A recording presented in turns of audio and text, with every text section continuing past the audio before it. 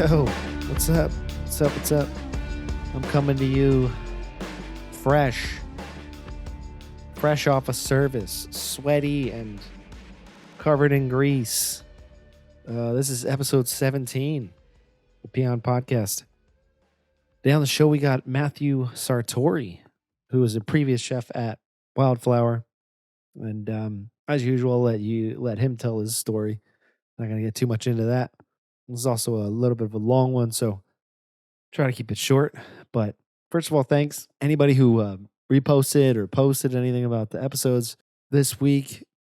It was really nice to see some of the old episodes making the rounds, which is pretty fucking awesome. People contacted me. Thank you for any messages you send. I really appreciate it.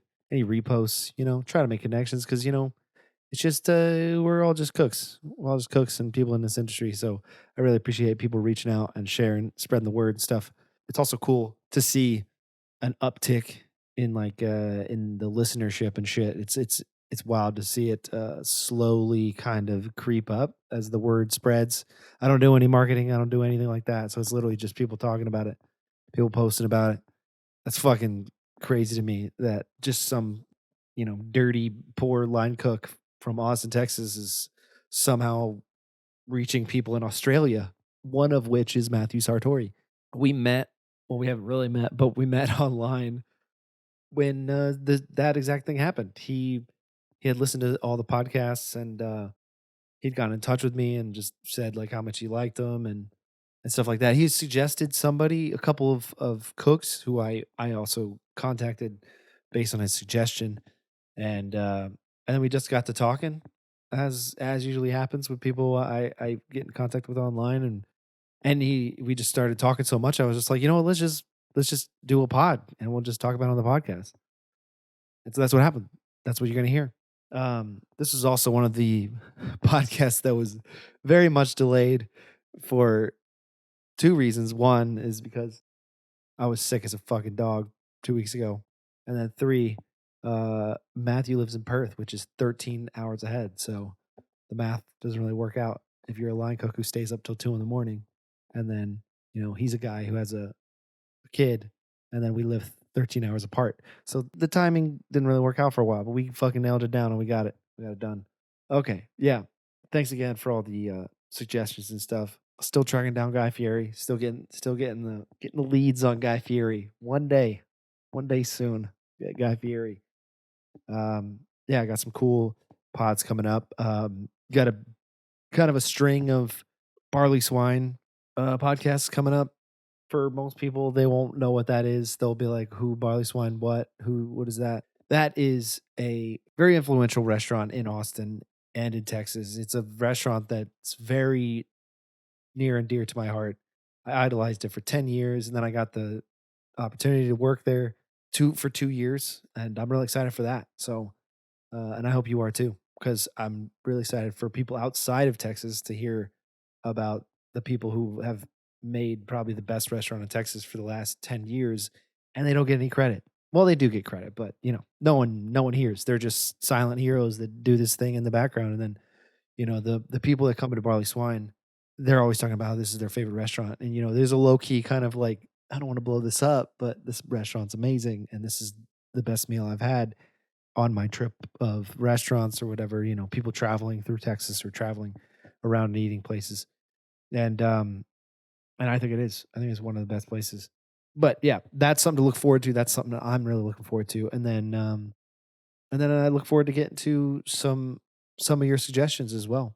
I'm getting so many suggestions actually that I'm going to actively look for an editor, because at this point, working a full-time job with a little overtime plus editing this podcast, which takes up a lot of my time, that combined with work, combined with interviewing people, it's a lot of it's really hard to schedule all that stuff. So if I can somehow get somebody to edit these podcasts, or at least get the bulk of the editing done, then I can focus on just interviewing people and then sending these tracks off to get edited or just a rough cut together, which would be an enormous help. I spent all of my fucking weekend just editing this podcast. So I will actively look into that.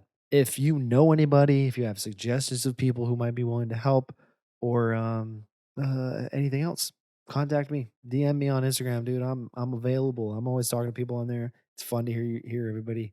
Anyway, we'll get to the episode because it's a little bit of a long one. If you want to support, as always, go to the support page on peonmagazine.com/support. There's a little donation link down below. That's the easiest way. Just scroll up a little bit and go to the description. There should be a little link at the bottom that'll take you to a red circle. You can donate straight from there. You can make it a monthly donation or just a one-time donation. It helps. It's going to help me find an editor and pay for new software and shit like that.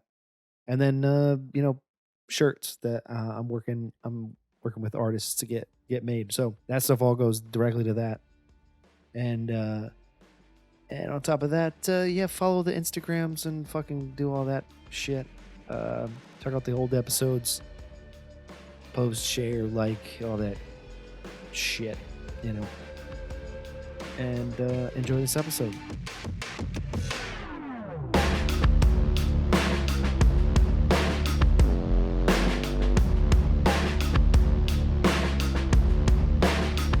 Yeah. So you said it's like 11 o'clock there right now? Yeah, it's 10:30 p.m. on Monday night. You're in Perth, you said, right? Yeah, that's right. Yeah, so that's on the west coast of Australia. Oh, okay. Yeah.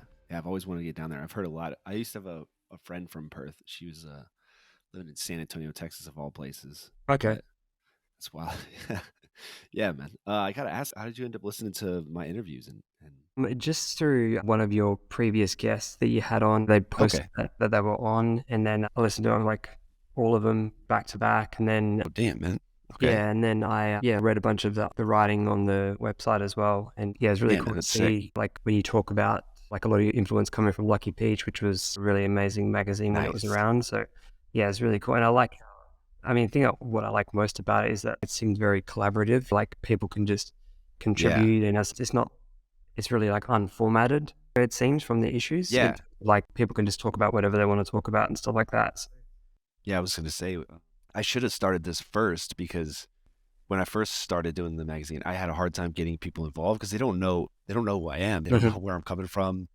But doing this, I've met so many people that are down to do it. You know what I mean? Yeah, It's almost like now that I've talked to a lot of people, they know what's up. So I'm excited to get back into it. yeah, but I mean, it makes sense that you did it for like the magazine first because you sound like you're pretty passionate about writing. So, Oh yeah, it makes sense. that's true. Yeah, yeah. You guys got Lucky Peach down in Australia? That's pretty sick. Yeah. I mean, I've got a few of the really early issues, but I can't remember how I got them. It might have been a store here that had them, or I might have got them online. I can't really remember. Damn. But yeah, yeah. it was a long time ago, man. It's wild to think how long ago that was. That's crazy. Yeah. But damn, I miss that magazine a lot. That Yeah, shit was sure. so good. Yeah, I was just talking to the last episode I did. I was talking to a chef that worked with Daniel Patterson. We were talking about how he used to write for the magazine. Yeah, He's a for really good sure. writer too. Yeah, I've got Yeah. a couple of his books. I think one of them's with a perfumist that they co-authored together. So yeah, sounds like a pretty interesting guy. Yeah, wait, a perfumist? Yeah, Like yeah. perfumes and stuff? Yeah, I can't What? remember what it's called. Yeah, I listened to that podcast that you just released, and you know how she was Oh. talking about like they couldn't only drink water, they couldn't drink coffee and things like that. So I that thought that was kind really of smart. Yeah. makes sense if he was like, I guess, co-authoring with this perfumist. Kind of hmm doesn't surprise me. Yeah. Yeah, not at all. Yeah, is that a cookbook or is that No, it's not just a cookbook. No, it's just like okay. a nonfiction. Yeah, Oh, that's pretty interesting. I'll have to look that up. That's Yeah. wild, man. Yeah, man. Let's get into it. Do you Yeah. remember getting into it, the industry, or do you remember why? Yeah, I remember both. I started working in fast food when I was like 13. Oh, yeah. Yeah. It's awesome. What? Wait, 13? You're allowed to work at 13? Yeah, Wow. I think it's like 13 and a half or something like that. I remember Okay.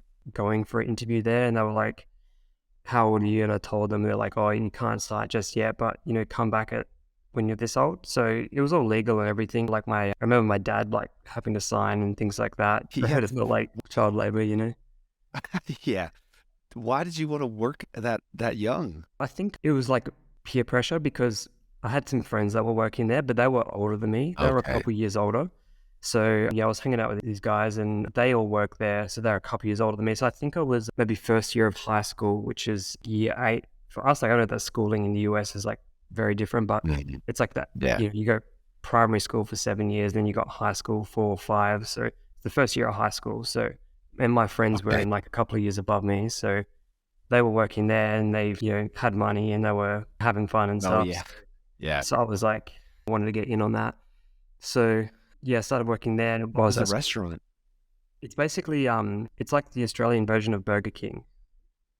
Okay, so it's like a McDonald's competitor. Yeah. So it's called Hungry Jack's and it's It's a good name. the Like reason that that. it's not called Burger King is because I think there was already one here. So it's owned by Burger King, I'm pretty sure. But Oh, okay. they couldn't call it that here, so they had to change it to something else. That's Yeah. funny. Okay. Yeah. Is it the same kind of food, like just burgers and fries? Yeah, pretty much. Yeah. Okay. What was that like working there? Did they have all the like compartments and like microwaves and Yeah, stuff? they had all that, and big broiler to like grill the patties and the buns and stuff like that. Okay. But it was just to like score some cash and hang out with Yeah. my friends, I guess. And yeah, it wasn't like I wasn't passionate at food at that point. I don't think people are passionate about fast food. Maybe Yeah. there are some people, but I don't know. It seems very uh I don't know. Was it soul crushing? I was gonna say it seems kind of soul crushing, but No, because I only did it like a couple of days a week, and the shifts were okay. pretty That's not short too because I go after school, so I might finish school Yeah. at 3, go there at 4, and maybe finish at 9 or 10 o'clock or something like that. So it's not like crazy, yeah. But no, it's cool. I mean, everyone had fun because looking back now that I've worked in kitchens for over 15 years, yeah, it's pretty funny to think that like it was just run by like a bunch of high school kids and be one Yeah, manager. right? It's just it's funny. Just wrangling high school kids. Yeah, Pretty much, that is yeah. But it was funny. good vibe. The managers were really cool, I remember, and like they had to drive us home as well because they didn't want What? us walking. So where I'm from, probably should have started there. So I'm not actually from Perth. I'm from a country town that's 7 hours east of Perth. So like, Damn. Okay. yeah, so there's nothing around it. It's like really isolated, but it's like 35,000 thousand people. So it's not tiny, Mhm. but it's very Yeah. isolated. It's built on mining, so because there's lots of natural resources around that town. Yeah. So yeah, that's where I grew up. So Yeah. Do you remember feeling? Well, I guess the question is, when did you feel excited about food? But did you feel excitement about food at that place? no, not at that place. But Okay. now that I sort of look back at my life, there's points in your life that maybe you don't realize it at the time, but they maybe Yeah. are an indicator that you were interested in it. So I remember like being pretty young on the food channel. There'd be like the pastry competitions and things like that, where they would do the sugar modeling and like all the chocolate sculptures and all that kind of stuff. And I Yeah. was really into watching that stuff. That was even before I started cooking. So I think that was probably a pretty early one. And then I remember I used to like do some like real basic baking. Like when I was a kid, like I'd wake up on a Sunday morning Okay. before my parents and my sister was awake and I'd bake some stuff. And it's just simple stuff that I'd probably been shown by like an uncle or one of my grandmas or something like that. So Damn. Okay. You went straight yeah, for baking. Okay. yes. I mean, yeah, a lot of my career has been in pastry as well, even though I'm not like Okay. trained in pastry or anything like that. I think I Yeah. naturally kind of gravitated towards that section, and it's often like a section that people don't really want to do. So Yeah. yeah, I kind of got True. put in those sections a lot, which I actually preferred because I was more comfortable there being very like measured and, accurate and things Yeah. like that. Yeah. Now that I Sure. think back of what sort of gets me excited about cooking, those sort of things that I look back on watching those shows and doing that baking and things like that makes sense, I think. Yeah. So, what was the first job when you actually decided to go down that route? Yeah, so I mean, I worked at this fast food place for a couple of years whilst in high school, and then I was not like super comfortable at school, so my parents were basically like, if you're gonna leave school, you need to get a trade. So while I was still in high school, I was doing it 1 day a week after school at a mechanic just to see, my parents scored me a gig there, a stage there. And then Stage as a mechanics, yeah. And then I didn't really like it, but I just wasn't into cars and stuff like that. So I was like, and then so my parents and like mostly my dad has worked in distribution. So he's like worked for vendors, like running, like he'd be the manager of a vendor.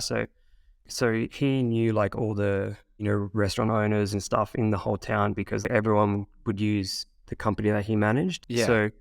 So he ended up getting me a job at this bistro in town, which is like probably the nicest place in town, but nothing crazy. So it'd be like a surf and turf and like Cajun spiced fried barramundi, but it's not really barramundi. It's probably from Vietnam or from something like frozen cellophane wrapped fillets and stuff. So yeah, it wasn't like super nice, but I mean, I had no idea at the time about the whole world of cooking. Yeah. I wanted to get out of school, so my dad scored me that job.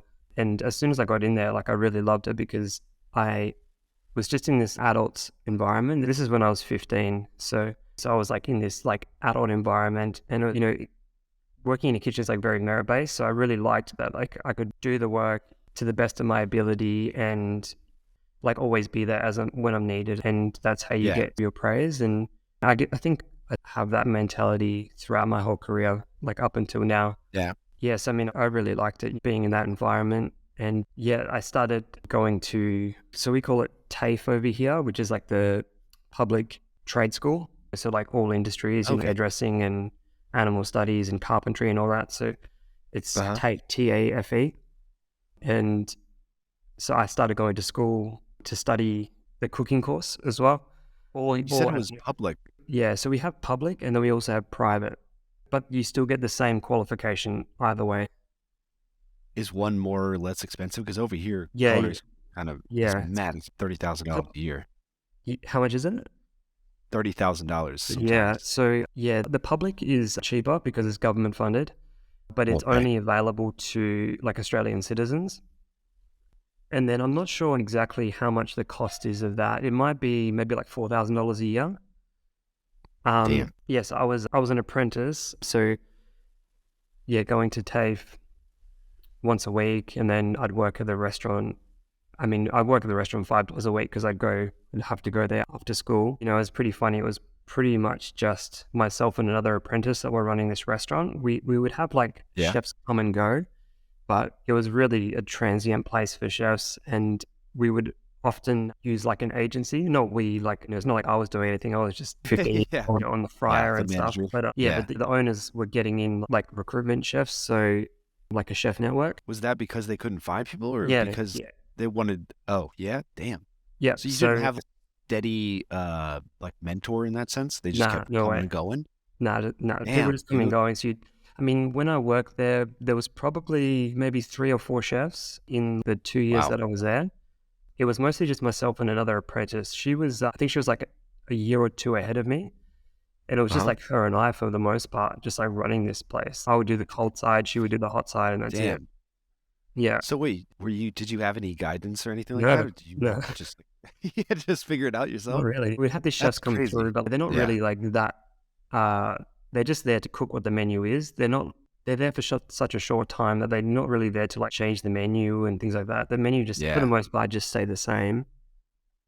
Okay. Yeah, so we had some pretty interesting chefs come through the restaurant. I mean, most of them, I assume, come from where I live now, Perth. They would get recruited to go there for a certain amount of time, and it was in a hotel as well, the restaurant that I was working at, so they'd probably get provided accommodation and stuff like that. Okay. And then would they just be contracted for a certain amount of time and then just leave? I'm not too sure. I'd say probably not. I'd probably say that they were there as long as they can hack it, I guess. But I don't know, like... Yeah. Do you remember any of those chefs being interesting or cool or... Yeah, I mean, that just really exposed me to like how crazy the industry is and stuff like that. What do you mean? Were they just wild chefs or... Yeah, some of them were pretty wild, yeah. In what sense? What do you mean? Oh, you're just using amphetamines and stuff like that. And yeah. Damn. Did you did that kind of sour your idea of the industry at all? Or were you No, just no, like, not at all. okay, good, good. Damn. Okay. Yeah, so I was there from 15, 16, 17, and then I decided to move to the city at 17, to move to Perth. Wait, what was the cooking school like? What kind of stuff were you learning? Was it basic French? Yeah, it's mostly French. Yeah, there's a little bit of Asian Okay. food in there. I've still got all my books, like I held on to all that stuff. Yeah, it's mostly French. I mean, Mhm. we'll get to it at the end. Okay. I'm actually a teacher at a TAFE Oh, yeah, we were right talking now. about Yeah. the day. Yeah. So, Okay. All right. So yeah, take is basically very French derived, all the basic methods of cookery and things like that. So yeah, it is very Yeah. French orientated, but there is some aspects of like Asian cuisine as well, but it's not That's cool. very descriptive what you're doing. It's just demonstrate that you can cook like Asian cookery and things like that. Yeah. Yeah. So I moved to Perth at 17 with 3 of my friends. So I used to be a drummer in a band as well. So we Oh, nice. so we all moved to Perth just to basically play more shows and stuff like that, and be in where I'm from, like you'd only have a few bands, and we were a hardcore band, so like in a small town Oh, like that, nice. Okay. there's like What? only so many people that would come to your shows. Exactly. Yeah. Was hardcore or any metal sort of big in Australia back then? It, yeah, it is, and it's Yeah. still, yeah, it's Okay. still, Cool. yeah, pretty massive. Great. Yeah, That's awesome. What kind of sound were you guys trying to? more post-hardcore, so not real thrashy, more like a bit more melodic. So Okay. What bands would it sound like? I mean, we were really into Devil Wears Prada, probably like maybe the early like Bring Me the Horizon stuff. We were very into, and still very into like Alexis on Fire. Okay. Yeah, Okay. yeah. So bands like that. So not super heavy, but Okay. yeah. So we moved to Perth and just play more shows basically, and be more in that environment. Yeah. Did you guys end up playing a lot of shows? Did you have some Um, success? yeah, we played a few shows. Like most of the shows we played were like free shows at like the youth center, like the YMCA. I mean, all the big bands would play there like early on. I'm not sure if you've heard of Parkway Drive. It's a pretty big. Yeah. Oh, they're from Australia? I didn't know that. Yeah, Okay. they're Yeah. from they're from the other side. They're from I think from Byron Bay, which is above Sydney. Okay. So it's on the other coast.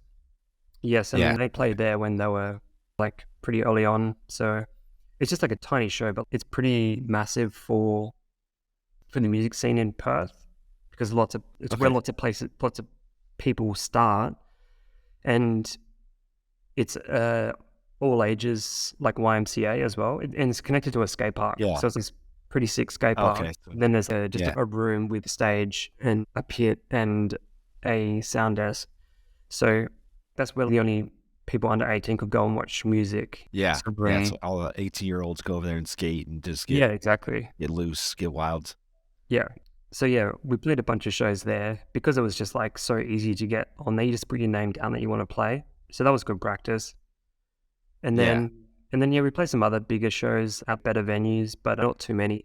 And then at that same time, I was like working at like a cafe, just like making coffees and sandwiches and stuff, because the hours were really beneficial to like me being able to practice and then play shows on the weekend or go to shows and stuff. So yeah, I did that for a Yeah. couple of years, and then by that time, we're like closer to 20, I think, 20 years old. Mhm. And then like the guitarist moved over east, like he wanted to move to Melbourne. He was like the real driving force of the band. Like he wrote a lot of the stuff. So Mhm.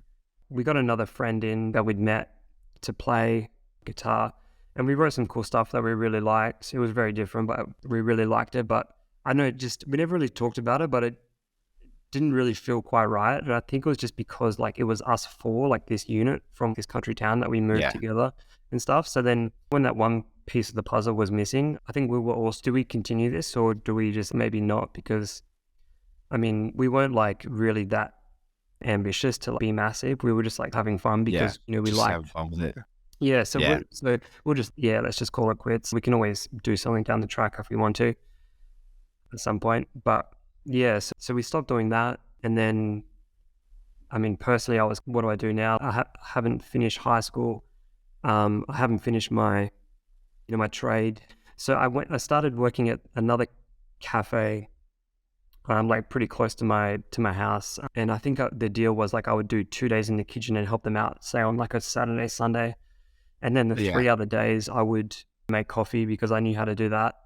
And then like slowly I was like getting like more work in the kitchen. And at this point I wasn't like really planning on finishing anything. I'll just move to this place and see what happens. Were you still interested in food at that point, or was this more of just get a job and that you had the experience? Not really. Yeah, not really. Still not really. It was just like the only thing that I could do. Yeah. Like, Okay. yeah. So there was good chefs that worked there. I mean, at the time I thought they were good. I remember we had like a good chef from New Zealand that came and worked there, and I think he was like a couple of years older than me and like probably a couple of years ahead of me experience wise, and he would tell me about these books and stuff, and then it started opening up for me. Okay. Do you remember what those books were? I remember one of them it's just called The Cook's Book, and it's basically like a book on fundamentals. So it's okay. I don't think it's really aimed at chefs, but it is very good fundamentals, a lot of the basics, but really nicely photographed in like step by step. So it'd just be like all the like old school sauces and cookery methods and stuff like that with some dishes in there. So gave me that book and I was like, yeah, this is pretty cool. Well, did he just see something in you, or did you express interest? Or I think so. I think he kind of saw that I was like into it. And this wasn't like a fancy place or anything, but I mean, it was a pretty like trendy place. So it was a very popular spot. I mean, we had some good chefs there, and I can't remember what came first, but basically we had a new head chef take over, and she had come from like a fine dining restaurant previously. So she came from this fine dining restaurant to come and run this cafe. And I'm not sure how old she was at the time, but she was maybe like late 20s, early 30s or something like that. So she did a whole apprenticeship at this fine dining restaurant, and then I think was like, yeah, I just want to chill out for a bit. And she was like, you should try and go and work here. We know where she just came from. You should go there. What was that restaurant? Boy, the restaurant was called Jackson's. Okay. It was started in like I think mid-90s. So this chef, he trained at a Savoy in London. Oh, damn. Okay. Yeah. So, he probably trained there in maybe the 70s, I reckon, if I was to guess. Damn. Okay. Yeah. So old school. Yeah. I think when I worked for him, he was probably like in his late 60s, I think. Oh, really? Yeah, maybe in his 60s, I reckon. So I started going there 1 day a week. And then at the same time, I was finishing off all the schoolwork that I needed to do to get my certificate to say that I'd done the course. Yeah. Yeah, I basically like go to school like 3 or 4 times a week just to get everything done within 6 months. And damn, so you're pretty entrenched in food, right? You're like working at 2 restaurants and going to culinary school at the same time? Yeah. Damn. Yeah, so I did all that, but I was like, I think I was like 20, so you have plenty of energy in your 20s, I think. Yeah. Yeah, for sure. You just say yes to everything. Yeah.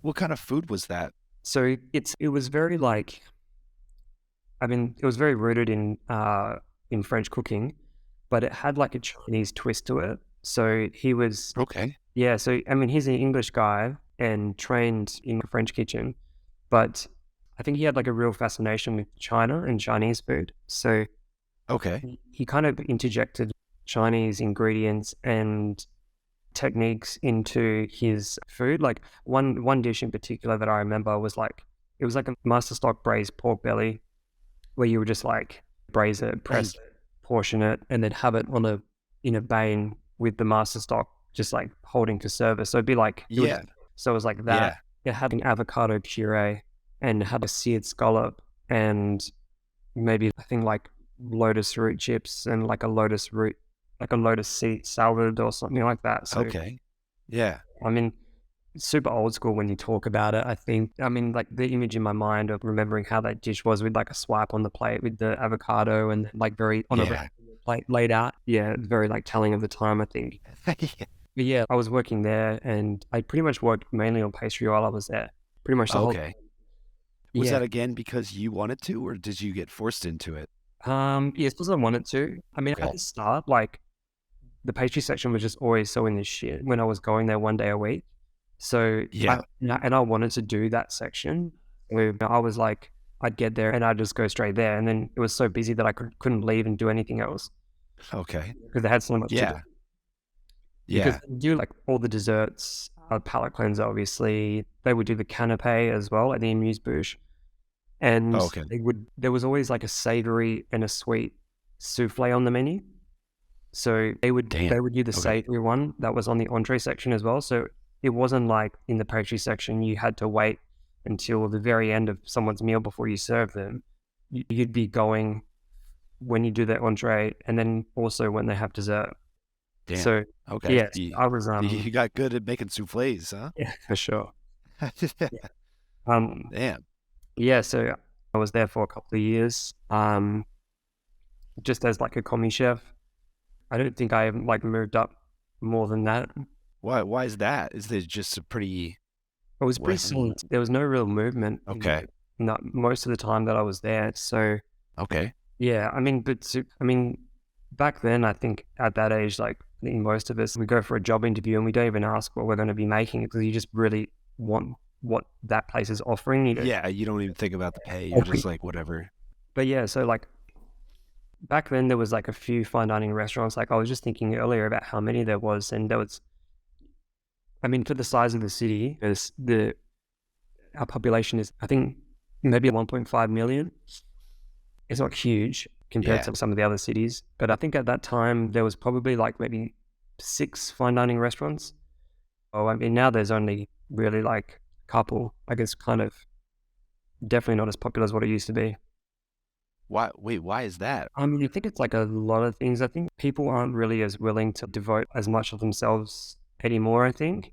Like you still definitely get chefs like that. I think they're just like really just like full throttle and just are so in it. But I think people much more prefer like a bit of more balance in their lives now. Okay. Myself included. So I think that's one aspect. Yeah. I think like cost of living, one of the first things that probably gets dropped is like entertainment, eating out of restaurants. So that's be one aspect. And I think as well, probably a rise in cool stuff going on with like more approachable price point restaurants. Yeah. Like it's not to say that the food isn't good or there's not good chefs working at these places because there definitely are. But I think that's seems much more prevalent these days.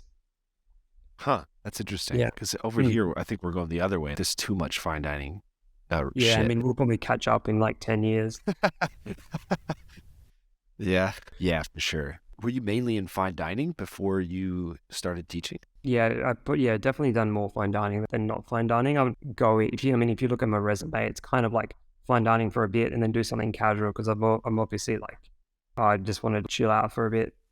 I've done everything from fine dining to cafes as well. I'm kind of the same way as you. Like I kind of balance up creative projects and then I'll get kind of bored with that. And then I'll go do something else and then try to challenge myself by, working in a high-end restaurant and then I'll get tired of that and then I'll, chill out for a bit. So yeah, I got sort of the same ebb and flow as you, Yeah, and I don't think there's anything wrong with that. I think it's just like, no, not at all. Have to like stay engaged, and like if you can't engage somewhere, then it's like just find something else that's new and you can do it all over again, Exactly. Yeah. That's what I think is so great about this job is that you can there's always something to learn, always something to learn from. The only thing that sucks is the pay, but there's not much to do about that. So I think like lots of fulfillment that we get from like, it's like training for a sport, like if you put in the hours, then you get the results. So like for sure, if you train more, think of it like that. You like even when you're in a more, you do more hours, you're gonna come out of it better. I think. Oh yeah. That's a really good way to put it. Like it is just training. You're essentially training, and then it just comes out. Yeah. And when I see it from like both angles, where you obviously don't want to like overwork people and take advantage and stuff like that, but at the same time, people are like willing to do it as well. Like, and I wouldn't change it. I was too, yeah. But it is a shame that like I think for people that want to do it, they kind of can't. They get forced out the door and things like that. And then if you do allow it, then it's like you have this segregation of like people that don't want to do it and people that do want to do it. So it's just a bit of a messy situation, and there's no real right way to tackle it. I think we're just gonna have to cop it, because you don't want to be a place that you can only hire, like if it's fine dining, obviously you're going to expect everyone to be doing huge hours. So you don't really want to be like an exclusive place that only certain people have that mentality that they want to go and work there. Yeah. There's always going to be people that want to, those crazy people who want to work the hours. They'll do it at any cost. They don't care, you know?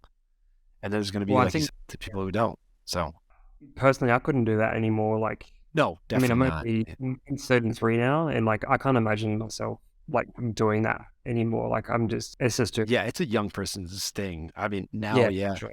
I can't do it anymore, man. It's different. It's different when you're younger, For sure. for sure. It's a shame. Like, I had such good memories of doing that. But For sure. yeah, I think I just have to put it behind me now. Yeah. Yeah, same here, man. But I have, I guess, gravitated more towards working in fine dining because I really liked how serious the kitchen took the whole operation, like the food and the way that you work and Yeah. respect and everything like that. So A little more structured and yeah. I mean, and there's absolutely no reason why a non-fine dining restaurant can't be like that. But from what I see, I think that there wasn't that many places that were like that at the time when I was like working in these places early on as like a young chef. And like I wanted to work at the best place. So I'll just go straight to the top, and then if I can't get that, then I'll just go to the next one down. It was my mentality. And then luckily I got that job and was there for a couple of years. And then from there I went to another fine dining restaurant, which was like a chef that used to work at the one that I was at, Jackson's. So he used to work, he trained there, and he also trained at this French spot I was talking about. So he was like much younger, like he was in his like early 30s. It was him and his wife. So I got a job there, and I was there for another couple of years. And is that also fine dining? That was fine dining, but they were like a bit more like molecular. But when I got there, it was after they'd been open for a couple of years, and they were not doing that as much of that stuff anymore. But it was like very modern for the time. So this was like so this was like the food was very modern. He'd worked at, I think, the Greenhouse in London, which oh wow. Yeah, so I think I can't remember. I think the chef that he worked under at the time had worked at somewhere really up there prior to that. So I think he gained like a lot of skills and stuff from working there and brought that back to Perth. And so you got to learn a lot about like the hydrocolloids and like foams and stuff like that. And and I was always really into that stuff as well. Like I remember watching like lots of videos on Alex Stupak, who used to be at Alinea, then WD-50, and now he's got his Mexican restaurants in New York. So I was really into all that stuff because I really like the transformation. Yeah, I mean, I think probably my cooking, when I started coming up with my own dishes for the restaurant that I was the head chef at, I think I wanted to like make it a bit more natural. But it is pretty cool, like the transformation that in food that you can create through these sort of powders. Yeah, that's true. It's pretty cool. You know, we'll just have like serve like the bread and butter. We'd serve like the butter in as an espuma, and we would set olive oil with these like El Bulli like glycerin flakes. So it'd be like spreadable olive oil and stuff like that, and obviously like a lot of liquid nitrogen. Okay, you dove right in. Yeah, we used to get like backdoor liquid nitrogen.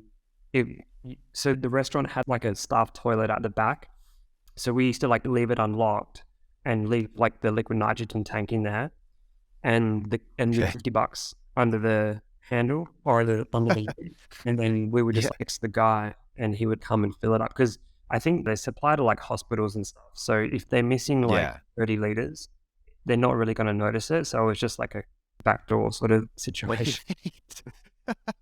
So wait, are you not allowed to have liquid nitrogen? Oh, no, it was, I guess, like probably more expensive going to the company, and it's like probably like a big delivery fee and things like that. So yeah, damn, that's awesome. Yeah, so I worked there, and like that restaurant was like really crazy because you just had so much work to do. There'd only be like I think probably like 4 chefs and the head chef in the kitchen, but he was also the business owner with his wife, and she would work out the front. So I mean, like he would cook, but he'd have to go and do stuff, things like that. But he was there a lot, like throughout the day. Like he was cooking. Yeah.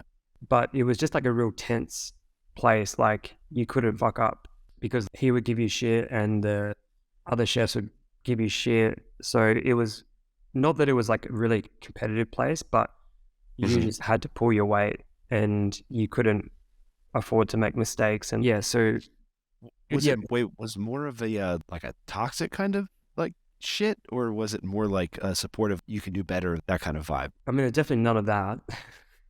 Okay.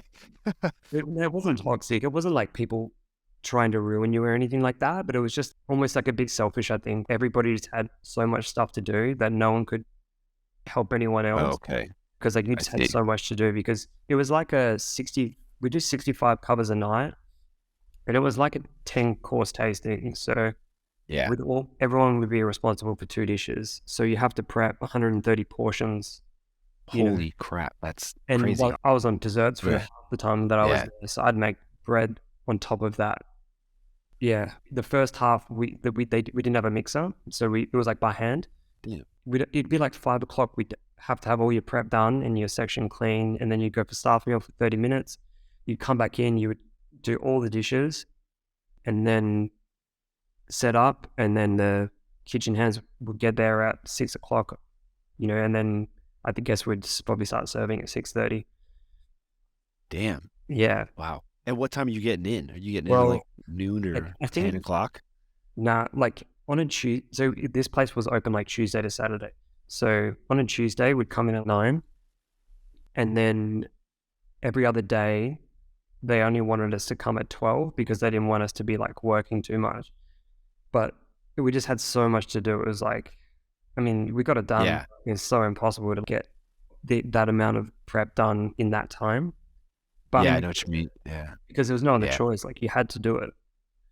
You couldn't fail, because if you did, you wouldn't work there. So everybody was like, if people couldn't handle it, they wouldn't stay, because you could only afford to have the best people there, I guess. So at all times, the team was like really strong. How many people were working there? Like four chefs. I think it was damn, 4 or that's a 5. small I can't team. remember. Yeah, Wow. small. And the chefs run all the food as well. Damn. Oh, so there's no servers, or We were? but they were more for like clearing, resetting, calling, and then we'd have a sommelier that would do the wine. So, I mean, if we were in the shit, they would run. But I would say that we ran probably like 75% of the food was run by the chef. Damn. And that was really cool, because you actually get to see the customers that you're serving. So I think it makes you really, when you're plating a dish or cooking, you're like, someone's going to eat this and I'm going to give it to them. And so that's pretty cool. And it makes you comfortable speaking to people that you don't know. So, I mean, I think it was very beneficial to do that. Customers, I think, want to kind of know what's like going on in the kitchen and stuff as well, because it wasn't an open kitchen. So that was cool. So yeah, I stayed there for a couple of years, and then why did you end up leaving? The place ended up getting a bit toxic. So yeah, dude. They had a bit of turnover at the same time of people. So I left at that same time because it just turned into a lot of hard work in terms of the food, but then also having the kind of emotional pressure of the toxicity. So for me, it took me a while to build up the courage to say, I don't want to work here anymore. But I was I know what you mean. Yeah. What sort of toxicity do you mean? Do you just the pressure of the day to day, or? Yeah, I think the pressure of like the owners, like I guess what they expected of you, and I mean they were very like reserved. They were in their own world of the restaurant, because that's all they had time for. I think was like just to run this restaurant. Yeah. So for sure. I think it consumed them a bit and made them not that nice to us. And it was a real shame. It was really sad, because we like really idolized them, and we still probably do. But at the time, we were like almost like they're our parents, like the experience, and they're like sharing it with us, and they're providing this space for us to be in. And like we really loved them. But I don't think they really saw that. And then at that age, like early 20s, is like, how do we communicate that? Because this is all new. We're not adults yet, so we can't like about our feelings. It's just, and there's no plan for it. Ultimately, a few people left at the same time. And yeah, I mean, that place isn't open anymore. They always had like 10-year plan that were like, we'll do this for 10 years, then that's it. Because, I mean, it's probably case by case, but it's probably not amazing for your relationship to be like in a high stress environment like that, running a business, which is also stressful. And then you've also got your relationship stuff on top of that. Yeah, for And sure. I mean, they were always super solid, I think. But to do that with like no end date, I think you would encounter some times when you're like, why are we doing this? At least you can kind of set a date and down and be like, then we're going to do something else. Yeah, right. That's a good way to think about it. Yeah. Yeah. So I left there and then I went to like a more casual place, which was called the Greenhouse. So this is like a breakfast, lunch, and dinner place open 6 days a week, like pretty massive. Did you chose that because you were like, you kind of done with that sort of like I wanted environment? to, like I was just like, chill out a little bit. Yeah, I was like, this is pretty hectic. I mean, like at the place before that I was talking about, by the end of it, I would like not eat staff meal and then just go sit in my car for half an hour on the break and then go back. Because like I just didn't want to. I've been there. I've been there before, man. Just being around everyone, it's just like, what do we even talk about? Yeah, it's rough. I mean, it's not fun. So this whole thing's not fun. I'm gonna pretend. Yeah. And you know that expression, like a weight's been lifted? Yeah, for sure. I physically felt a weight lifted on my last day there when I got in my car after I'd finished. I literally felt like a weight off me, which I've never felt since then, before then either. But I was just like, shit. Yeah. I was like some heavy stuff that I was carrying. Yeah, right? You don't know it until you're out of it. You're like, wow, I feel lighter now, right? Yeah. That's crazy. Yeah. But so then I went to this place called the Greenhouse, which is much more casual. It was kind of like a little bit maybe Mediterranean influenced. And I did that for maybe a year and a half or maybe close to 2 years. That's cool. So that was actually, so this place was called the Greenhouse.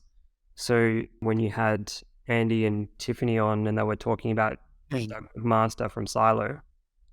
Yeah. In London. Yeah, for sure. So Silo was actually a restaurant in Melbourne.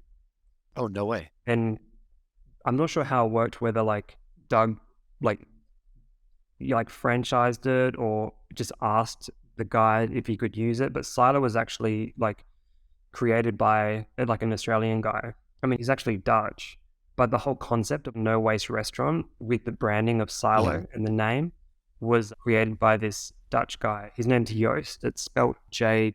So he's Dutch, but he lives over here. So he did a greenhouse pop-up in Melbourne, and then he opened brick and mortar in Perth. And then from there... So you worked for this guy, the guy who created Silo? Oh, that's awesome. Okay. Yeah. But the greenhouse wasn't at the level of what Silo is in terms of zero waste. It was more just minimizing waste was more like what they were about. We would serve stuff on like flattened glass bottles. Instead of making plates, he would have like glass bottles that were like melted and flattened, things like that. Or the whole really cool. The whole restaurant was pretty much made out of recycled materials. Like this. Wow. Yeah, this guy's pretty amazing. So that is amazing. He opened up Silo, which was a brick and mortar in Melbourne, and then that ended up closing. But then around that time, Silo in London happened. So if you look on the website, I'm pretty sure it says something about that, about how it started in Melbourne.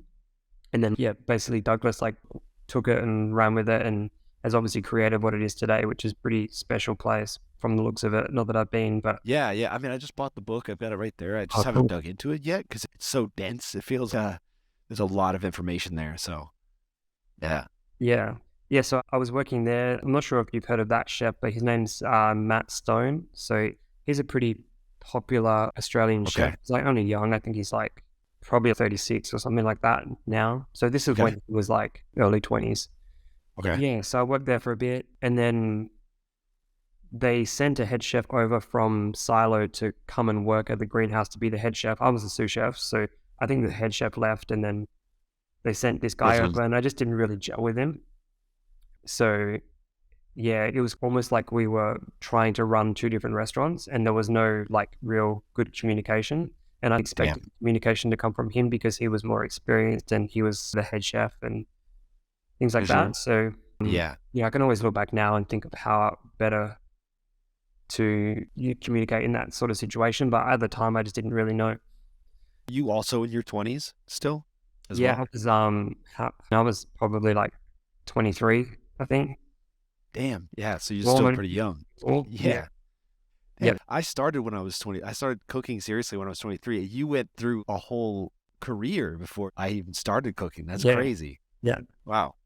yeah. And then I didn't really gel with this guy, so I moved to the front of house and was making coffee because I knew how to do that. And I was looking after the composter. They had this massive composter, which is basically like a tumbling dehydrator. So we would dehydrate all the food and we'd give it away to the customers with brown paper bags so they can put compost in their house and stuff. Did After you use the compost for the garden that Yeah, was there, exactly. or what were you? Okay, cool. Yeah, Nice. so just like That's dehydrating amazing. food, basically. Yeah. So the Yeah. whole place was covered in pot plants. It was like a 2-story building covered in pot plants. Dang, that's Yeah. amazing. Yeah, so it was pretty cool working there, and it was like very relaxed, and then because I wasn't in the kitchen, I had all this extra time because you don't get roped into just staying back or coming in early and stuff like that. Yeah, So right. yeah, so I decided to go to university for 6 months, just do something different. So I started studying plant science because that was something that I was interested in. Cool. Yeah, so Yeah. I started doing that, and it didn't take it any further than doing that for 6 months because by the time that I finished that, I was ready to move on to my next job. But it was just something to do just because I was interested in foraging and things like that. So I was like, Yeah. I've got the time and the energy to learn more. So yeah, I went and did Mhm. that. Did Which, you end up doing some foraging and stuff yeah, like that? I should have said. So my friend that I used to work at this toxic place with, Bad. he started doing his own pop-ups, which was very focused around using foraged native Australian ingredients. Oh, that's cool. Yeah, That's so awesome. I helped him with the pop-ups. What was that called? It's called Fervor, Fervor, like heat. Okay. Yeah, so look Okay. it up. Yeah, so when I was doing the pop-ups with him, he would teach me Mhm. stuff about foraging and things like that. And when I started seeing some of the ingredients were actually, I'd seen them before in my hometown, but when I was looking at them in my hometown, it wasn't really like I was looking at it like foraging. It was just like stuff that grew around in the bush. Yeah. We spent a lot of time like traveling around the little pocket of Southwest WA, doing dinners and things like that. This is in between my other job. I do it. So I really got into learning about wild food and stuff like that. So that's why I wanted to go to to Were you, university and do this course. oh, yeah. That's a good thing to know. Yeah. Yeah. Were you creating dishes for that pop-up as well, or was he doing all of the No, he was doing all of that. creative? Yeah. Yeah. It was Okay. all, I mean, yeah, it was just like his thing that he started with his Mhm. sister. And it wasn't like us being like, oh, we should do this. He was always Mhm. like, what do you guys think? And stuff like that. So I did that course at university. And then I moved to another place just for interim because it was actually where my wife was working at the time. They were opening up another venue. So the sous chef from where my wife was working was going to run it. So he's like, do you want to come on board? And I was like, yeah, but I can only do a few days a week because I was going to be working with the pop-ups more. So every week I was going to be helping with the pop-ups instead of like more sporadically. Yeah. So I was doing this job at this restaurant 3 days a week, and then like during the week, and then on the weekends I would drive down to do the pop-ups, which was about 2.5 hours away. So I Mhm. would drive down on the Okay. weekend, stay for the Yeah. weekend, do the pop-up, and then come back to Perth. Damn. That's you're always working, man. Yeah, Holy crap. yeah, I did that for maybe 6 months or something. It was pretty tolling to like driving every Yeah. weekend. And I'm not sure Uh-huh. what happened, but I started getting just really tired on the open road. Like I'd be fine driving in the city, but as soon as I get on the open road, I was just like, couldn't keep my eyes open. I had to go to the doctor and get some stuff to keep me awake because literally I couldn't drive. I'd have to Yeah. stop and have a sleep. So I don't know what happened. Damn. And it stopped happening as quickly as it started as well. But in that whole time, Yeah. it probably my body just being like, hey, you shouldn't be doing this. Yeah. Yeah. Yeah. Hey, you're really tired. Yeah. But That's I was crazy. just so into it. Like it was so cool being a part of that. Yeah. Yeah, because it was a very special thing that he was doing. He would sit Yeah. in the middle of nowhere, like he Cool. would have everything that he needed. He'd have all the power, all the water, and set up in the middle of nowhere. That's really cool. So he didn't just pop up in restaurants. He was like No, no, no. popping up in random locations. Yeah, just in the middle of nowhere. So it was always pretty much in like regional areas. That's really cool, man. Yeah. That's a great Yes, idea. Map, I can send you the link. BA is one of my best mates. So yeah. Was he foraging from that local region and then setting up in that area? So like within miles of whatever place was? We get lots of advice from indigenous people as well about what to use and how to cook it, like very respectfully, because he's cooking their food, the food that, cooked all their life. Yeah. Yeah. Was there some, I guess, unique and like indigenous ingredients that you guys were using? That's like really commonplace. Yeah. I mean, there's one of my favorites is called quandong. And it's called like they call it like a native peach or a desert peach. I kind of don't really like how a lot of them they try to describe them as something that's like European or maybe non-native, like a native carrot or a native raspberry or something like that, because in most of the time they're so different that if you didn't say that word peach, then you wouldn't even think to call it that. But I mean, that's what it's called. It's very versatile. It's related to sandalwood. So it's got like a hard seed, and then it's got like this thin, maybe like a couple of millimeters thick flesh around the outside, red flesh with like yellow on the inside. It's just very acidic, but it's pretty common from like Western Australia, especially like where I'm from. So that's something that I grew up seeing the seeds. Like I remember having the seeds in the house, but I never knew what they actually were, because you just see them laying on the ground if you'd go walking in the bush and stuff. So yeah, that's pretty cool. Like there's like a bush passion fruit, which is really cool. It's almost like, looks like a Cape gooseberry, like a little yellow tomato, but it's actually a passion. Oh, that's cool. Yeah, the native food in WA is probably the same in all the other states as well, but it's very diverse because, I mean, if you look at WA on a map, to drive from the bottom to the top, I think non-stop takes 24 hours to drive from the bottom to the top, and that's one state. So you get really different foods from the bottom to the top. And lots of things don't grow in both. So when I've spent time, when we do pop-ups up north, you just have a whole different pantry to work with. So the climate and the farming is that different? Yeah, so like down south is like much colder.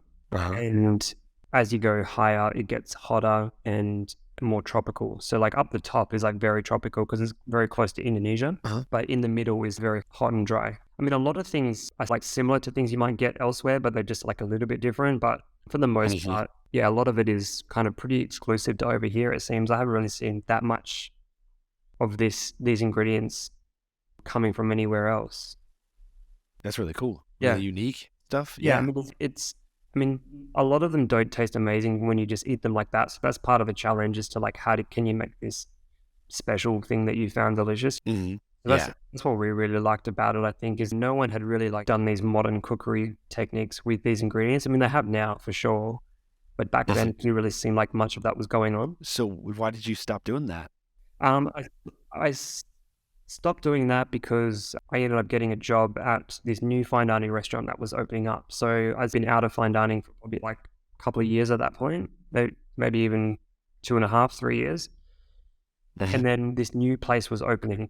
So when I found out about this place, I was like, this is right up my alley, because this is going to be a new fine dining restaurant. And it was in this building that they refurbished. So it was like this derelict building, this government building that was abandoned for like 10 years, turned it into a 5-star hotel. And on the top floor, which is the 4th floor, so it's not a huge building, it's only 4 stories high.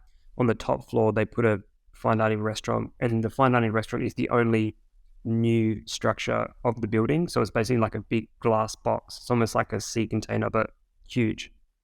So I was like, this is right up my alley. I can just continue to learn, and it's just all this new stuff that I'll be exposed to from like this new place opening. Yeah. So, did you know the chef, or did they have a chef that was featured, or you just knew the place was open? I didn't know anyone. I just sent in my resume, and they were like, come in for an interview. So that was as a chef de partie. It was like nothing I'd ever experienced, because it was fine dining, but it was on a very large scale. We'd do 100 people a night, take the menu. So we would have in the kitchen at one time maybe like 8-10 chefs, something like that. So pretty big, bigger than anything I'd done before. But there were some really good chefs there at the start. So when I got there, I could just be really serious about food and about cooking and being organized with my mise en place and all that stuff. What was the direction at that restaurant? What drew you to that? The direction of the food.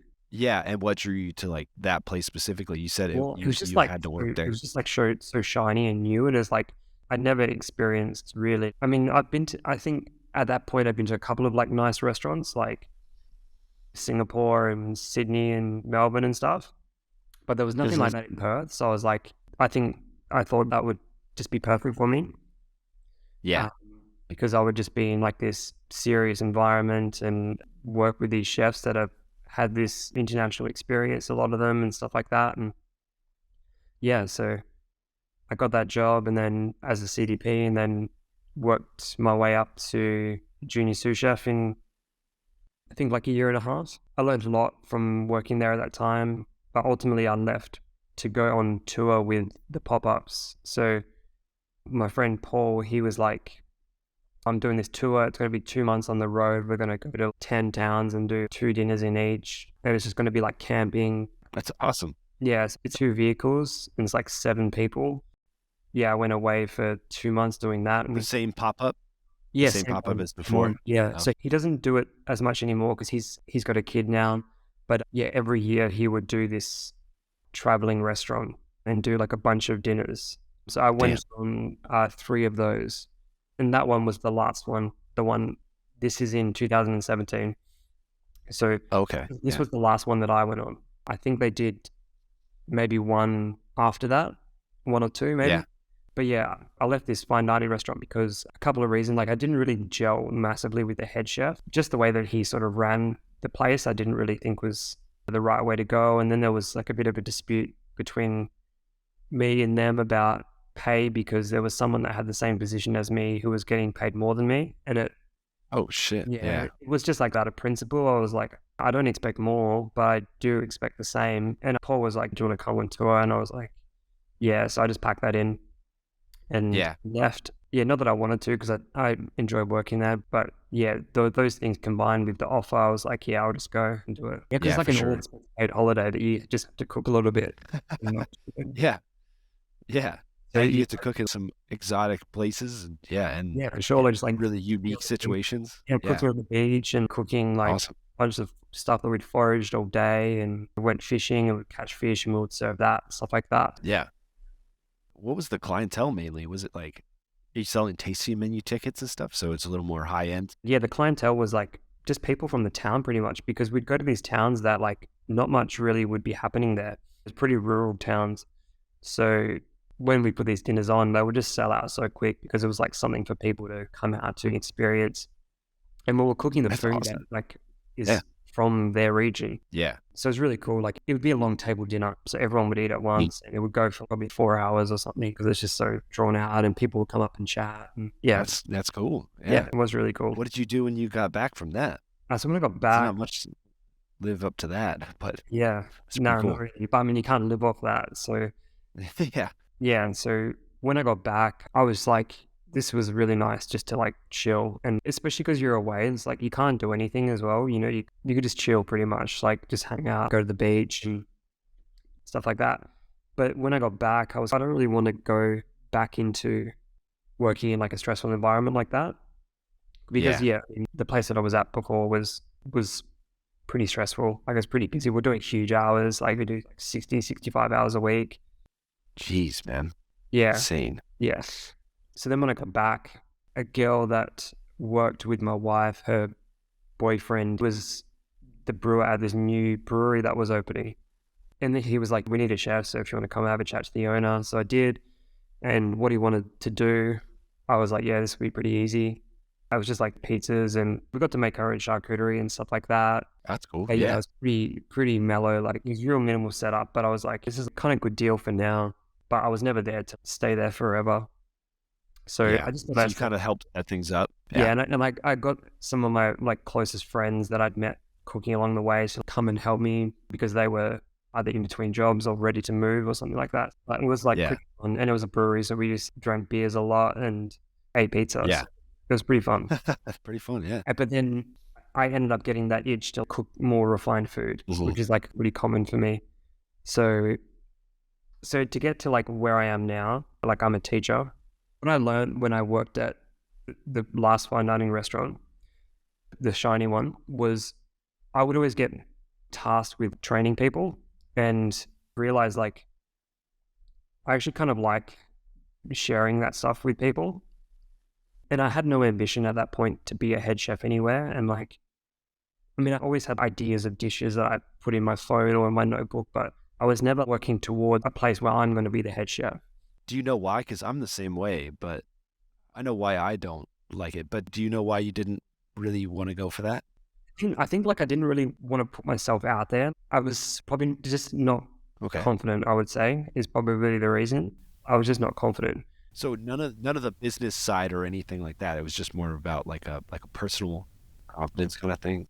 Yeah, just like confidence in it.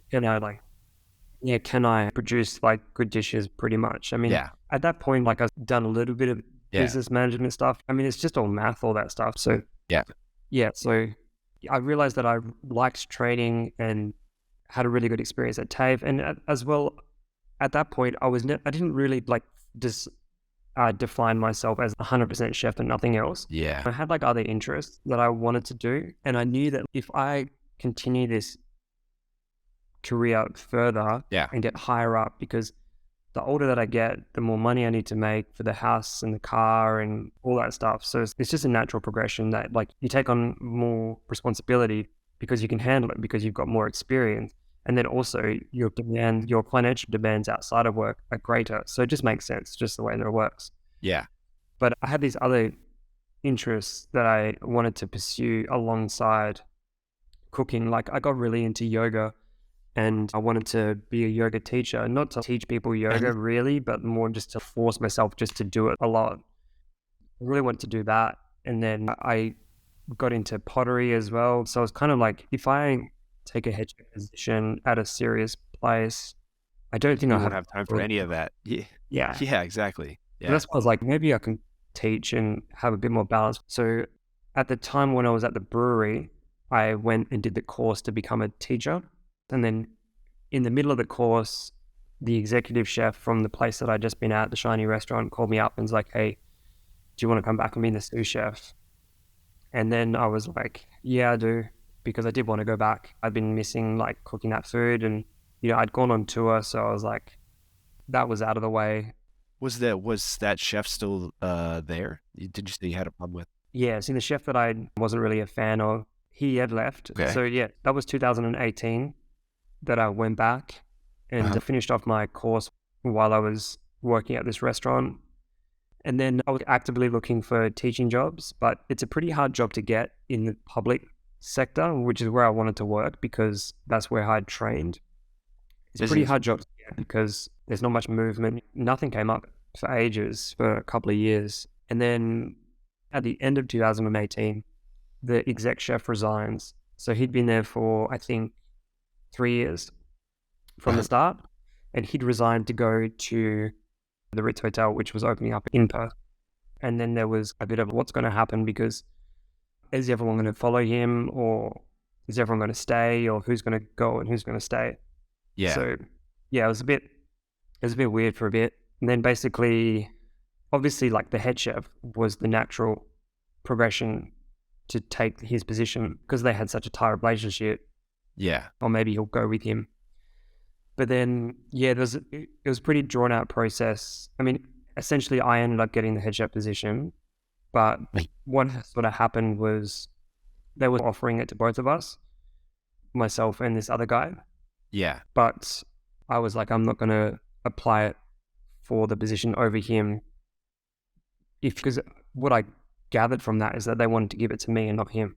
So I was like, I'm not going to do that because that's not the kind of person that I am. Yeah. He ended up resigning and going to the Ritz. So I applied. So it all worked out. Yeah. I was like, if you apply for it, I'm not going to apply for it. I'm telling you that. But if you go, then, I probably will, because him and I together have spent a lot of time getting that place to where it was at that point. And I was not willing. I didn't want for that hard work to be a waste. Yeah, if I was someone not to come in and then just change yeah, everything you exactly. did. Yeah, Yeah, yeah, for sure. so there was a bit of restructuring at that time because essentially the hierarchy was like exec chef of multiple restaurants, the fancy one that I was at being one of them, plus another restaurant. And then there was a bit of restructuring when I took over that there was not going to be an exec chef anymore. There was going to just be head chefs in each venue. Okay. So essentially, I absorbed most of that exec responsibility as the head chef, which the old head chef never really had to do. That more executive stuff, like, more business stuff, I guess. Yeah, yeah, All of the dishes were his as well. So that fell on me as well. So it was like the head chef role, plus all the menu development, plus all of the business stuff. So damn, that was, it's a yeah. lot of work. So, yeah. Yeah, But yeah, I guess, put my head down and just took it on. And I just learned along the way. Like, you work with chefs that like kind of exude that they know everything, I think. mhm. And I know that I don't know everything. That was never a way that I sort of acted, I guess. I was there for 3 years as the head chef. So Yeah, that's 2019 to 2022 that I was the head chef at this place. And I was super lucky that a wait, bunch of people stayed on the for name of like, that place? that What place was is it called? called Wildflower. Wildflower. Okay, Yeah, Wildflower. Yeah, lucky that people stayed on for some of them a couple of years with me. So that that's made it awesome. really easy for me to not worry about training new people and stuff like that because I Yeah, could have time to navigate my new role because it was all that management stuff that I'd never really done before on a large scale, but mhm. it wasn't as busy before the pandemic. It was much busier after. But before the pandemic, we were probably doing like maybe 450 people a week, maybe Uh-huh. 500. But after the pandemic, it was like more 700. But Why is that? yeah, Was people just ready to I get mean, out? yeah, people wanted to get out, Yeah. and Western Australia was very like locked in. Like, our Okay. premier was really harsh with the borders. So Okay. yeah, it depends who you ask whether that was like a good decision or not because it kept us closed off a lot, but it also kept the cases really low. But yeah, so yeah, I was lucky that people stayed on. So prior to that, getting that role, I was never like thinking of, oh, what would I put on the menu and have a list of stuff that I would put on the menu. So all of a sudden, now it was like my responsibility to look after the menu, which is for me felt like the most important part and also the biggest to tackle as well. Yeah. What So, sort of food, what sort of fine dining are we talking about here though? Is it like the new modern style of fine dining or yeah, it's, a little bit more relaxed. It's definitely not silver service, but it's like okay. a 6-course tasting with canapes and 84s and yeah, the food was like somewhat refined, I guess, not super refined. Yeah. So there's me like trying to like come up with all these dishes that I think is good, but also excites me as well. That's the hardest thing is I was just like always not super impressed with what I was producing, even though like people would say I was really good and customers were happy and stuff. I Yeah. was just always so critical and there You wasn't kind of really have the same way. Yeah. yeah, to be honest, in the 3 years that I was the head chef there's not that much that I was like dishes wise that I was like super proud of. And I think a lot of it was good. But for me, I was just so particular about like certain things, I guess. And yeah, I was not super happy with what I was producing. Yeah. But Yeah. that's just me looking at my own Yeah. dishes. Just being super critical, right? Yeah. Even looking back on it, you still don't feel pleased with what you No, I made. think maybe that wasn't like the right thing for me to be doing. That's what I sort of Oh, like okay. ultimately concluded is like maybe, Okay. which is I've been doing fine dining for most of my career, but Uh-huh. when it's up to when like the buck stops with me, then I was like maybe this is not like the style of cooking that that really makes me happy, Yeah. and that's what I kind of gathered, Okay. and it took me like almost 3 years to figure that out. Where I was just like, I should be feeling better about what I'm producing, but I'm just not, and I think I was Yeah. just like, it just felt the place was like kind of a machine. It was like pretty big operation. There's lots of changes in the time that I was there, like lots of things with like labor laws happening in Australia, restaurants getting busted for putting people on salary and getting them to work 65 hours like I was doing. It was probably like a bit of a scare tactic for the Fair Work government department to like bust a couple of big places to put the word out. It's not going to be tolerated anymore because it Yeah. just felt like it was untouched for so long. So when that Yeah. sort of happened, I think, probably the owners and the directors and stuff of where I was working were, looking at the timesheets and being like, yeah, we could be next. So let's like stop it now. So we ended up paying people like an hourly wage. And by doing that, people made less money, but they did less hours, and then we could employ more people. So I think when I started there, we'd only have like maybe 10 people on the roster, but then by the time I left, we'd have 14 chefs on the roster. Damn, yeah. I was going to ask how they solved that problem. Yeah, we had to in a kitchen, you just kind of make it happen. Yeah, it's always just a little make it. So yeah, with less people, whatever, it's like less people, less hours. Yeah, it's just like you just gotta just make sacrifices, maybe make things a little bit easier or do things a certain way, and that just gives you a little bit more time. So yeah. So did you just burn out on that, or did you end up getting a teaching job before that? Yeah, so I was the head chef for 3 years, and I feel like I had 3 very different years. Like the first year was me navigating like how to run this place and also come up with dishes and stuff like that. And then the second year was when the pandemic happened. So that started off the year fine. And then we obviously closed down for like 2.5 months. And obviously very stressful for people that own businesses. But for me and for like my wife, it was actually like quite a good time for us to just slow down and spend more time with each other and just have nothing to do, because you couldn't do anything. You didn't know what you could do. It was like real dystopian. Check the TV. What we can do today. And like you'd go to the park and the play equipment is taped up. They don't want you touching it or right. Yeah. So I mean, but for us, I think that was like good for us because we just spend a lot of time together and just lots of cooking together and stuff like that. So that was cool. And then we eased back into work. And then when we opened, it was just like mental. It was so busy, and we lost some chefs along the way, unfortunately, that had to go back to like where they're from because there was no assistance for them, financial assistance, because they weren't residents, which is stupid because I mean they're paying taxes, which is where I guess the money's coming from. But yeah, it kind of sucks that they couldn't get looked after. But I don't think anybody knew what there really was going to happen in that situation. Like you couldn't predict what the right thing to do was. Exactly. And I guess the Australian government was just like, let's just look after our own, which kind of sucks because there was like some amazing people that were there that some of them managed to hold out, but others were like, yeah, I'm just going to go back to their families and stuff. Yeah.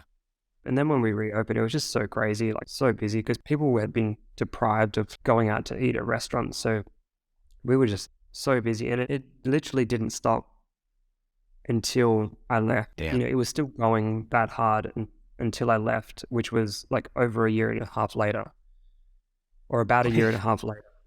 Damn. It was just really crazy, and like that, the place just like became really like system orientated, where it just felt like a routine. So we'd have a prep day on Monday, Tuesday we'd get in all the butchery. We'd do all that. Just felt very... So you know what to expect every day? Every single day is the same? Yeah. Damn. And we had quite a high staff turnover after that point. Like we just couldn't get people to stick. I just don't think there was the people out there that were willing to like really do the work. And at that time, I was like constantly hiring and because we were paying people by the hourly rate, I was micromanaging wages, and as soon as if I could save some money on wages to send people home and stuff like that. So the people that were on salary, which was like myself, the sous chef and the junior sous, we were just working huge hours because we were compensating for the time that I was sending people home because they'd reached 45 hours or 43 hours. We happened to try to get 43.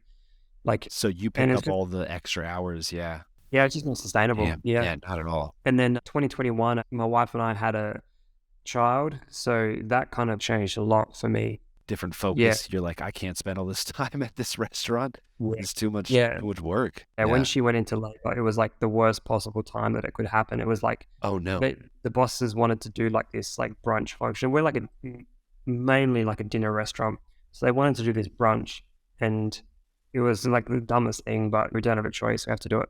So I was like, let's just do this thing. We're busy as like, how do we incorporate doing this extra menu on top for 60 people? God, dude, So like, crazy. and then I said to her the night before, I was like, I reckon you'll probably go into labor tomorrow because tomorrow will be the worst possible time for me that it could happen. Yeah. So I would not be surprised if it happens. And yeah, it did. So, yeah, How it far was into like, service did she no, it go was into like labor? half an hour before service. I Oh, think you had I to go, left, right? obviously. Yeah, I was gonna Yeah, say, yeah. yeah, I definitely left. And it was the salaried staff, which were the stronger people that were there because they weren't getting paid any extra to do the work anyway. Damn, So like, that's so crazy. they were the best possible people to be there anyway to Yeah, handle it. yeah. Yeah. So, Damn. and then I took a few weeks off. And then when I went back, I was back into it. It was like crazy busy and I just couldn't like escape. Like Yeah, there'd be always like kitchen hand sick or someone, we're short staffed and there's someone short on a section or things like that. damn. And it's just like, Yeah, say to my wife, like, yeah, I'll be home at 6, but but I'd always be like, oh, I've got to stay back. And I'd be home at 11:30, And it wasn't a rough. huge issue at the start. I mean, it was never like her saying that it was an issue or anything. It was more just me like looking at the situation. And at the start, it's fine because babies just sleep all day. But I was kind of looking at it like it's not always going to be like that. And I Yeah, can't be at a place that is so demanding. And yeah. Definitely not. it's also the pressure that I put on myself because I don't want to be a chef that like is absent from a place that is like in the shit because that's like a little bit what it was like before. We'd be like in the shit, but there was no support from the senior people. Yeah, So I was like, I don't want to be like that because these people, these chefs, I worked alongside them and now I'm kind of leading them. So it's like, I'm not going to switch. I'm going to continue being the same person that I am, but Mhm. just, also be in charge, not switch into like a bit of a rock star. So Yeah, yeah, yeah. but I was like, yeah, I don't really think I'm going to be able to do this. So around that time that I was thinking that, TAFE got in touch with me and were like, we needed someone casual. Do you want to do some casual work as a lecturer? Okay. So I was like, yeah, I'll do it. This is an opportunity to get my foot in the door that probably won't come up for a while. So I'll just suck it up and do it. So I Mhm. did it one day a week and it was pretty mellow. It was just on my day off, 4 hours, 4 or 5 hours. So I Yeah. did that. And by the end of the year, that led into, would you like to come on full time? So it took me like a month to decide, like probably even longer than a month. I mean, I left it to the last day where they needed it back by because I was like just procrastinating.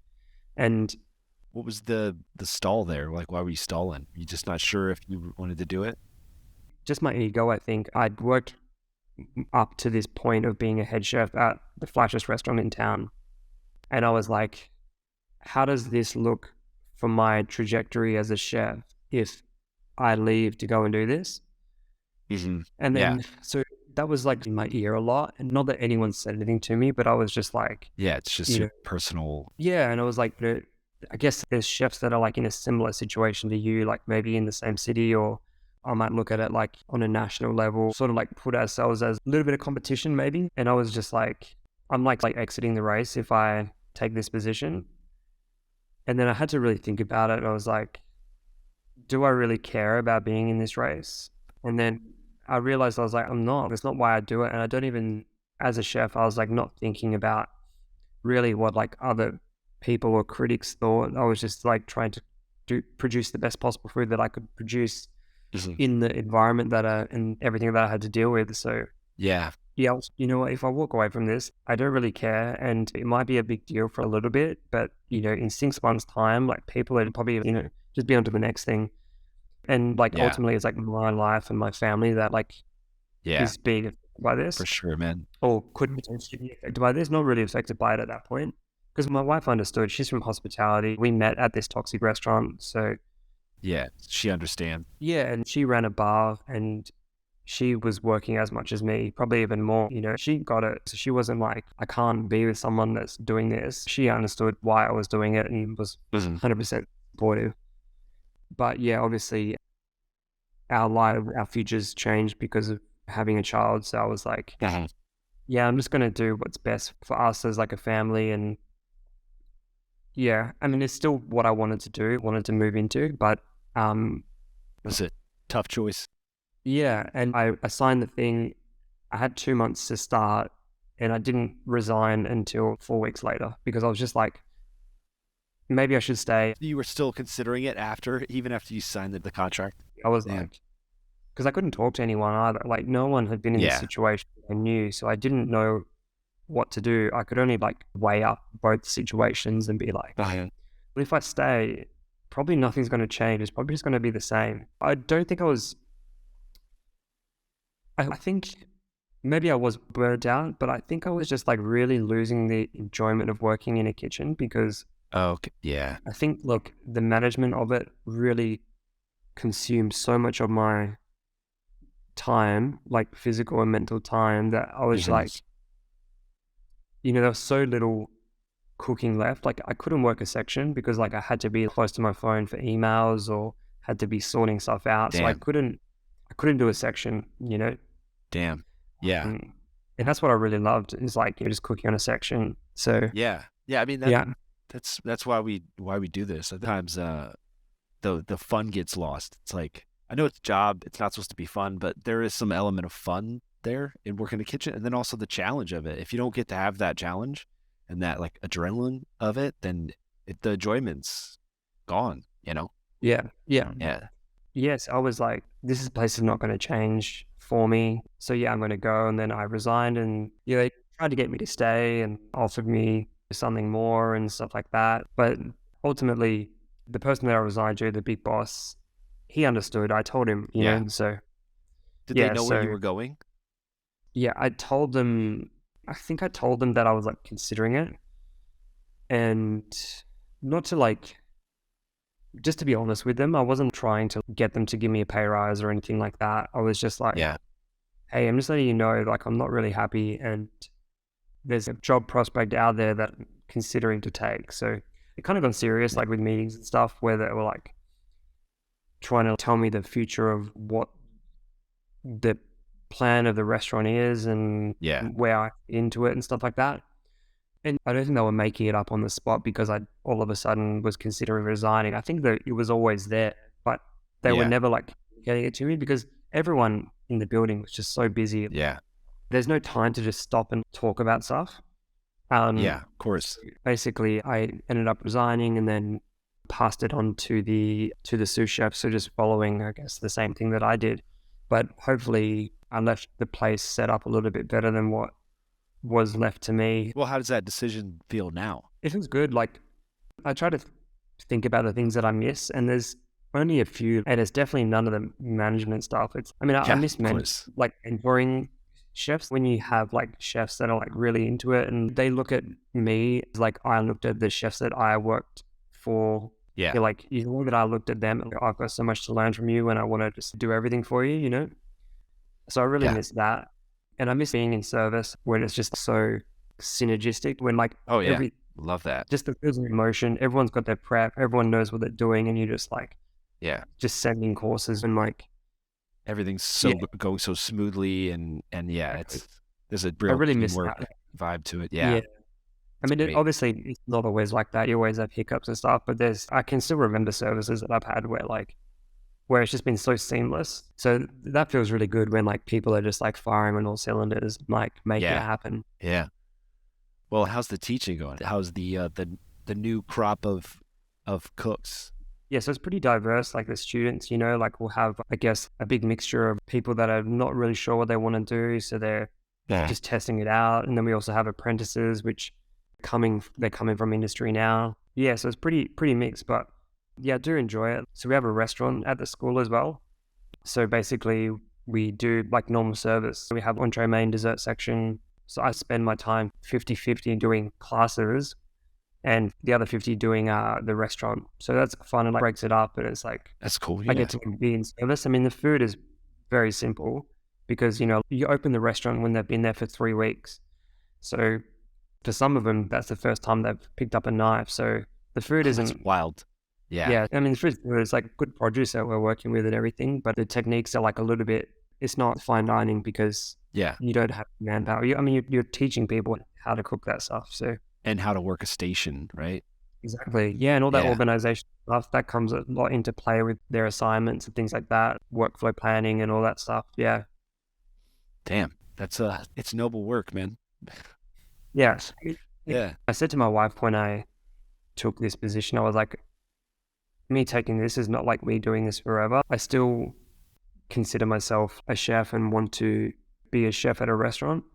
But I think initially I'll just take a breather and then do this and then see what happens. But I think sort of where my mind is at now is I think I'd probably want to stay and do this, but maybe in a lower capacity down the track and maybe do something on my own as well. Something like that. I don't need to be there every single day. Yeah.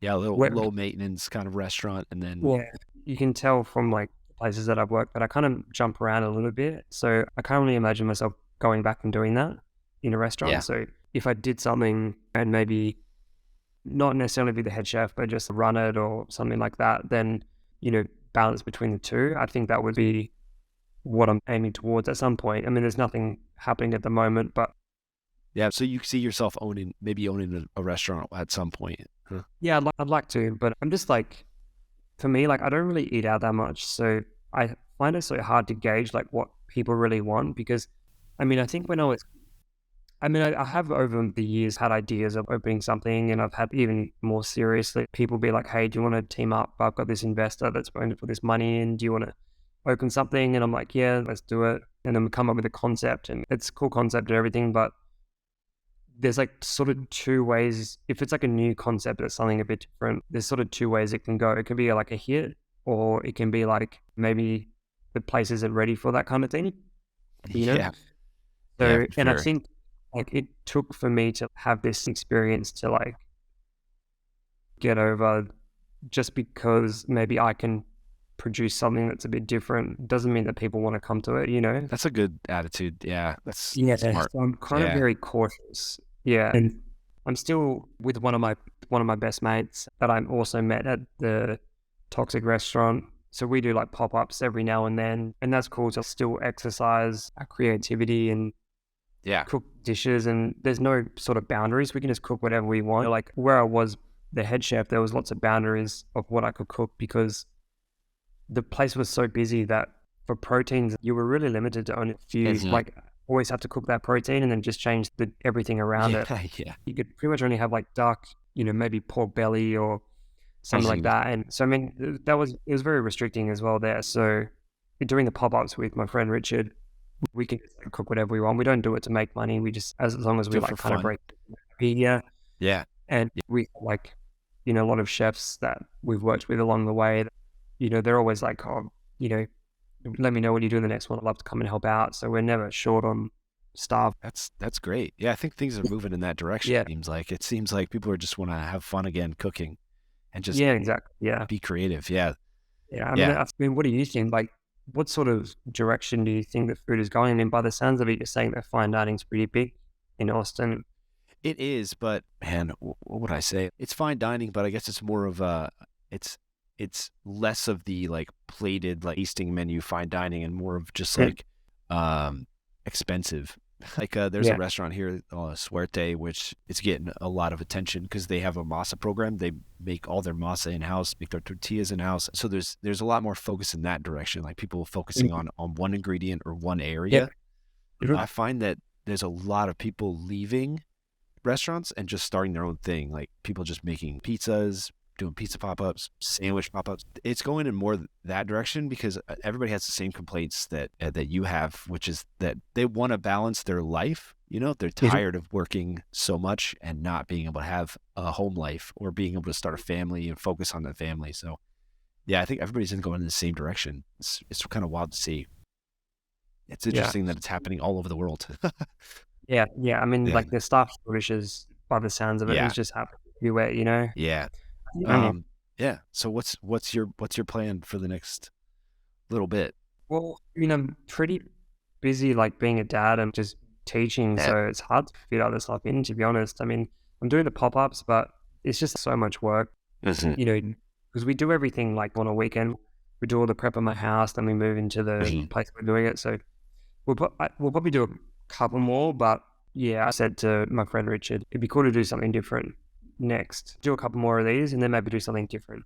There's maybe a little bit less work. Yeah. Spread them out a bit more so they're not so close together to kind of get a bit of hype built up where people are like, when are you doing the next one? Yeah. So yeah, there's that. But other than that, not much happening really. Just, I mean, pretty busy just looking after a toddler and cleaning the Yeah. house. Feels like Yeah. kind of stuff, to be honest. Yeah. But yeah, just, I mean, I probably love cooking more now that I've left, to be honest. I Yeah. cook way more at home. I'm like looking at Awesome. what I want to make and doing lots more baking. And, you know, that's what I really love doing is like, you know, baking and patisserie and stuff. So doing lots more of that at home. And That's great. Yeah.